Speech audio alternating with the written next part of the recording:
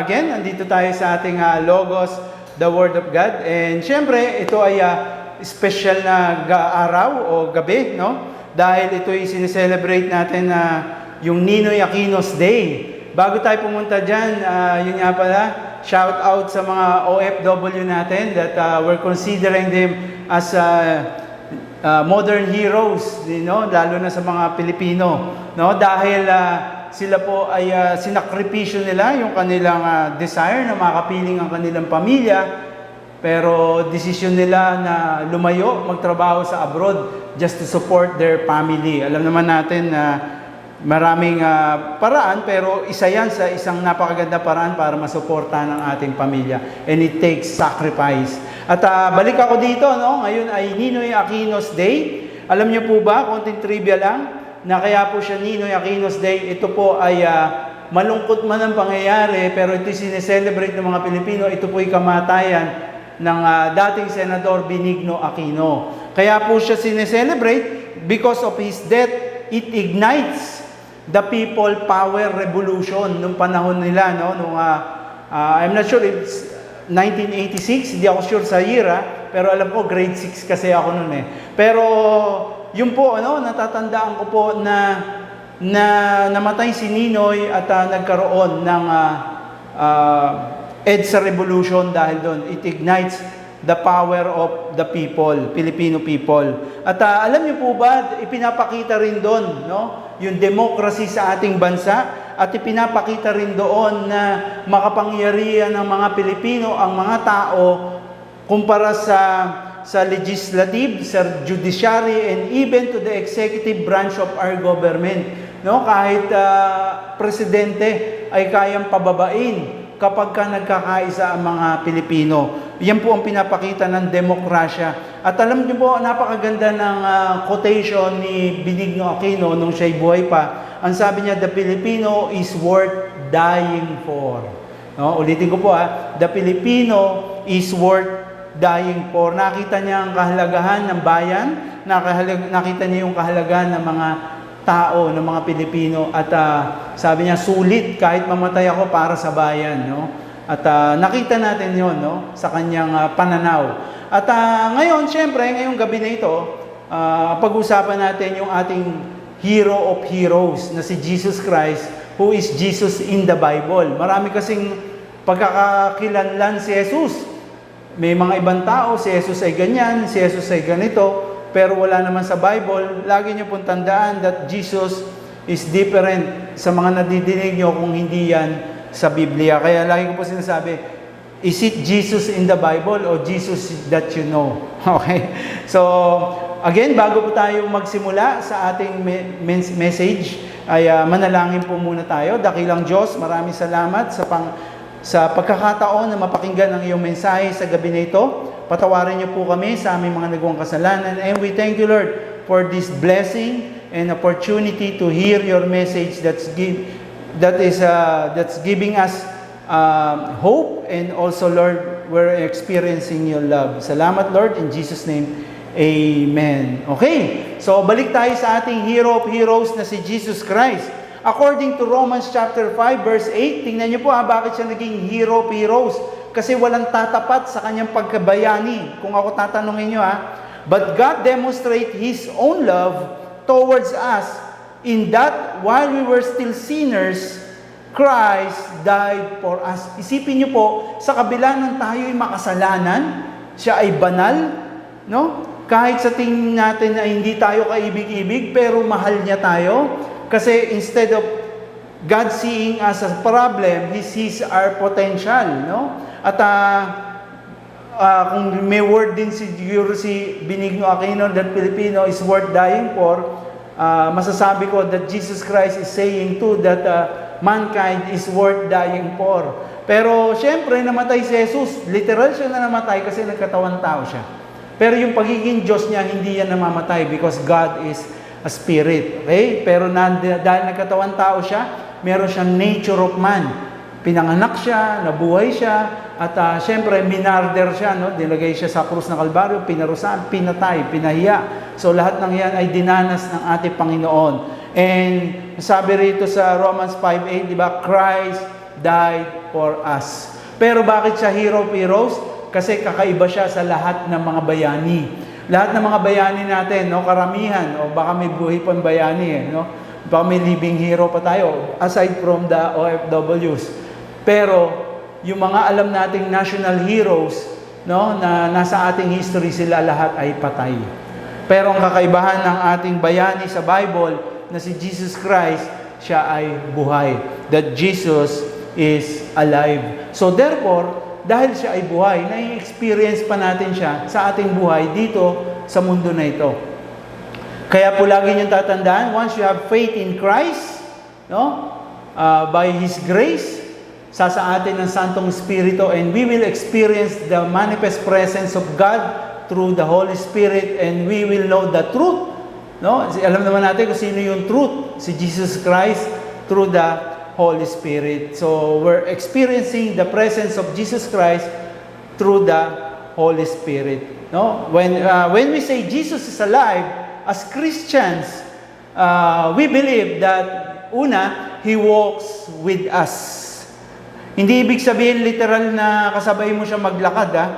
So He walks with us, ibig sabihin kasama natin siya araw-araw. Sabi rito sa Matthew chapter 28 verse 20, according to Him, sabi niya sa mga disciples niya, teach these new disciples to obey all the commandments I have given you. And be sure of this.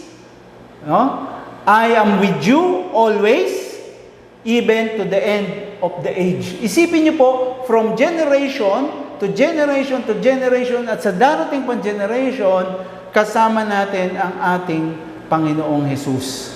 No? Sa lahat ng mga nanampalataya sa Kanya, sasamahan ka ni Jesus. He walks with us in our struggles and success. Lagi niyo pong tandaan yun, hindi lamang sa ginhawa natin kasama si Jesus, kasama natin siya sa hirap at ginhawa. In our struggles and success. Sabi nga sa Psalms chapter 34 verse 18, the Lord is close to the brokenhearted. He rescues those who are crushed in spirit. Kung ano man dahilan, bakit basag ang puso mo ngayon? It could be because of relationship, broken relationship, no? Broken financially, no? Broken because of your pain, because of your illness or sickness. Pero lagi mong tandaan, malapit sa iyo ang Diyos. At ang sabi niya rito, He rescues those who are crushed in spirit. In Tagalog, ito yung mga dukha. Ang pagiging dukha po, akala nung iba, yung inililigtas ng Diyos yung dukha ay mahirap financially. You can be a dukha or you can be crushed in spirit kahit ikaw ay mayaman at mahirap financially. No? You can be rich or poor in monetary. No? Pero lagi niyo pong tandaan, ang sinabing dukha, ito yung wala ka ng pag-asa sa buhay. Yung espiritu mo bagsak na bagsak at umaasa ka na lang sa Diyos. At yun ang mga nililigtas ng Diyos. At ang sabi sa 1 Corinthians chapter 15 verse 57, how we thank God who gives us victory. So ito naman yung success over sin and death through Jesus Christ our Lord. Ang linaw po na sinasabi rito, dahil sa ginawa niya sa krus ng Kalbaryo, nagkaroon tayo ng katagumpayan sa ating mga kasalanan at sa kapangyarihan ng kamatayan. Sabi nga sa Bible, death, where is your sting? Nasaan ang kamandag mo? No? Kamatayan. Dahil ang ating Panginoong Jesus, bagaman siya'y namatay, muli siyang nabuhay, at yan din ang pangako niya sa atin, na ang bawat isa sa atin ay certainly, no? It's a certain that man has to die once. Pero ang sabi ng Panginoon, pangako niya sa atin, kung ikaw ay nanampalataya kay Kristo, ikaw ay muling mabubuhay sa piling niya. And secondly, He's not just walking with us, He also works with us. Yung mga gawa natin, kasama natin ng Panginoon. Kung, take note hindi sa lahat ng gawa natin, dun lang sa kalooban ng Diyos.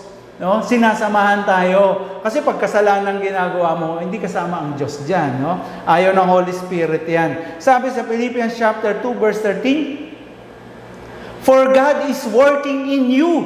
No? Ibig sabihin, may ginagawa ang Diyos sa'yo. at gumagawa kasama ang Diyos sa mga ginagawa mo, giving you the desire to obey Him and the power to do what pleases Him. No? Alam niyo po, dahil sa Santong Espiritu, nagkakaroon tayo ng fruits of the Holy Spirit. We learn how to love, how to have peace, how to be gentle, and of course, yung self-control. Napakahalaga po niyan. Ilan lang yan sa bunga ng Holy Spirit. At dahil dyan sa fruits of the Holy Spirit na yan, nagkakaroon tayo ng kapangyarihang sumunod sa utos ng Diyos. Oh, napakaganda po nun na inspired ka ng Holy Spirit and you're reading the Bible. Ibig sabihin, nalalaman mo yung mga dapat mong sundin sa kalooban ng Diyos at meron kang Espiritu ng Diyos na may kakayanang sundin ito. Yun yung kapangyarihan. And also, sabi ni Lord dito sa Philippians 2:13, sabi niya, the power to do what pleases Him. Ang tanong ko sa iyo, alam mo ba, ang dapat mong gawin to please God? Of course, to obey His commandments. Ano ang commandments niya? Mahalin ang Diyos ng higit sa lahat at mahalin ang iyong kapwa gaya ng iyong sarili. Kaya lagi mong tandaan na ang Diyos ay kasama mong gumagawa kung ito ay naaayon sa kalooban niya. So, sabi dito sa ating quotation, Jesus works within us, guiding our actions for His plan. Okay? Ang linaw po guiding our action for His plan. Kasi ang Diyos na nagpaplano, pero ang taong nagpaplano, pero ang Diyos ang nagpapatupad. Okay? Lagi niyo pong tandaan. At ang Diyos ay may plano rin para sa atin. Kaya kailangan pag nagplano ka, i-align mo na yan. Ipasakop mo na sa plano ng Diyos para yan ay siguradong may katuparan. At sabi sa Colossians chapter 1 verse 29, no? Ang sabi dito, I work very hard at this, sabi ni Apostle Paul. Si Apostle Paul po nagsasalita, sinasabi niya sa church ng Colossians, sa mga taga-Colossians, no? Yung mga Colossians, I work very hard at this as I depend on Christ's mighty power that works within me. Doon pala nakadepende si Apostle Paul, no? Si Saint Paul saan? Sa kapangyarihan ng Diyos na gumagawa sa kanya. So alam niyo po, pag ang ginagawa mo mga bagay na panlangit, hindi ikaw ang gumagawa nun. Ang Diyos ang gumagawa nun sa iyo. Merong kapangyarihan ng Diyos na nag-uudyok sa iyo para gawin ito. Alam niyo po, tumulong ka sa mahihirap ng walang kapalit. Wala kang personal motive na kapalit. Alam niyo po, hindi ikaw lang yon. Kung ikaw lang yon, gusto mo may kapalit. Gusto mo nagte-thank you. Gusto mo may makukuha ka. Pero kapag wala, no? Ibig sabihin, may Diyos na nag-uudyok sa iyo para gawin yon.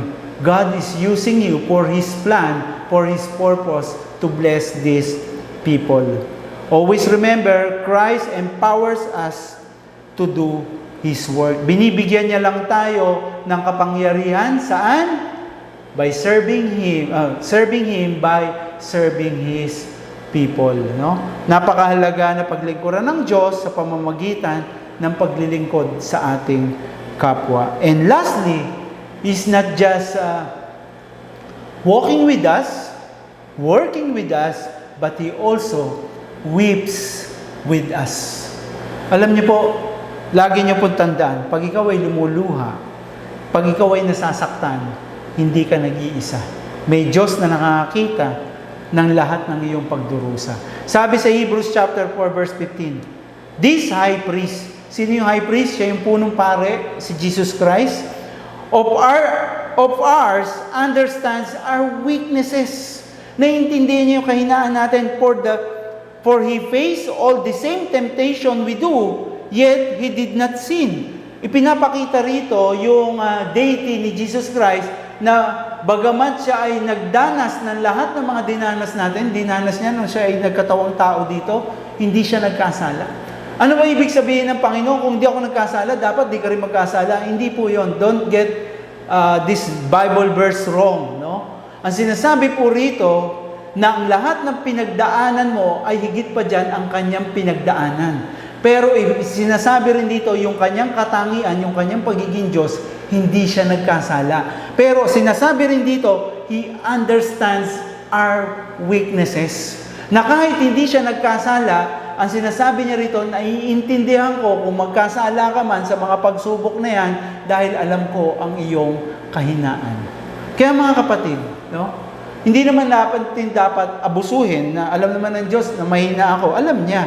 Pero alam niya kung talagang sinasadya mong maging mahina at magkasala, at alam niya kung pinaglalabanan mo naman, kaya lang sadyang mahina ka. No? Magkaiba po yun. May mga tao kasi, papatatawarin naman ako ng Lord, gagawin ko na lang ito. Total, kahinaan ko to. Hindi po ganun yun. Ang alam ng Diyos, alam niya yung kahinaan mo sa kabila ng pinaglalabanan mo. Kaya may time na bumabagsak pa rin tayo sa mga pagsubok. Alam ng Diyos yun, kaya nandoon ang kapatawaran. Ibig sabihin, hindi nating intensyon na magkasala. Magkaiba kasi yung living in sin saka falling into sin. Okay? Sabi nga rito sa Psalms 56 verse 8, you keep track of all my sorrows. Ito pong psalmist na ito, no?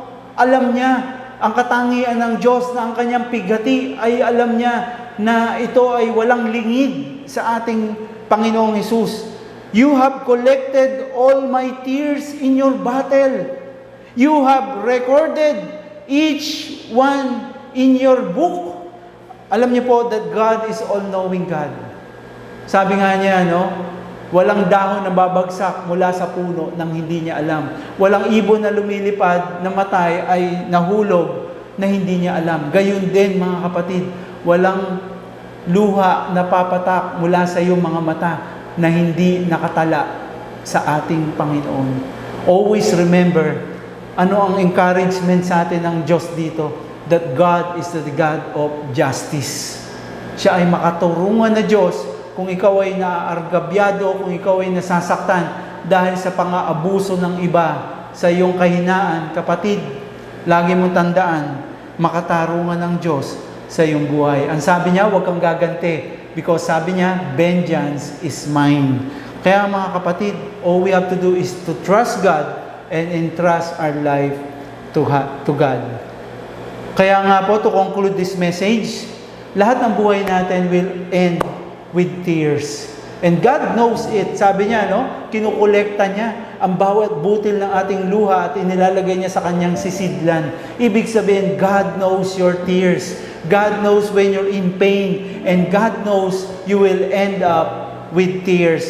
Sabi nga sa Revelation chapter 21 verse 4, He will wipe every tear. Kaya nga po ang sabi niya, bawat luha mo ay papalisin niya from their eyes. There will be no more death, wala nang kamatayan, or mourning, wala nang pagdurusa, or crying or pain, wala nang karamdaman o anumang pagluha. At ito pa, for the old order of things has passed away. Ang dati mong pagdurusa, ang dati mong pinagdaanan, ang dating difficulties mo ay nakaraan na pagkasama mo na ang Panginoon. Ang sabi sa Bible, absence in the body will be in the presence of God. Kaya mga kapatid, death is certain in our life.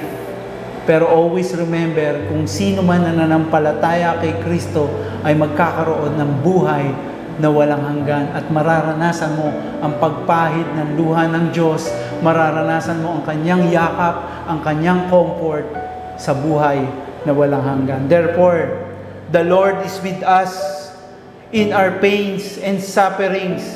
We may end in tears, but we will have new life with Him in eternity. Kaya mga kapatid, no? Ang sabi ni Apostle Paul, yung ating mga pagdurusa rito na pansamantala ay walang katumbas sa glory na hinaharap natin sa buhay na walang hanggan. Kaya siya rin na nagsasabi, to die is gain. No? Kaya nga po mga kapatid, abang nandito tayo, kapit lang. Kung may pinagdadaanan ka, gaano kabigat yan, kung may pain ka, may trouble ka, kung broken-hearted ka, kung may suffering ka, kung may distress ka, kapatid, lagi mong tandaan, kapit lang at higit sa lahat, huwag kang hihiwalay sa Diyos. Kasi totoo siya sa kanyang salita, without me, you can do nothing. Wala tayong magagawa kung hiwalay tayo sa ating Panginoon. Kaya, ano ang dapat natin gawin? Lagi natin tandaan, na ang Diyos ay kasama sa ating lakarin, sa ating mga ginagawa, at higit sa lahat sa ating mga pinagdadaanan. Okay? So let us bow our heads and close our eyes. Kapatid, maraming salamat, Panginoon, sa buhay ng bawat isa. And I believe, Lord, may ginagawa ka po sa buhay ng bawat isa. Hindi ka pa po tapos sa amin. May mga pagsubok kami na nadaanan, hindi para hilahin kami pababa, hindi para pabagsakin kami, kung hindi patatagin ang aming pananampalataya sa iyo at lalo kaming lumapit sa iyo, Panginoon. Salamat, Panginoon, dahil sinasamahan niyo po kami sa aming mga lakad sa buhay, sa aming mga ginagawa sa iyong kaharian at mga gawain na ayon sa iyong kalooban, at higit sa lahat, sinasamahan niyo po kami sa aming mga pagdurusa. Nararanasan namin ang iyong pagmamahal, nararanasan namin na wala kaming rejection, nararanasan namin ang iyong pagtanggap sa amin, bagamat kami makasalanan, mahal na mahal mo pa rin kami. Salamat, Panginoon, sa iyo lamang kapurihan at pagdakila, sa pangalan ni Jesus.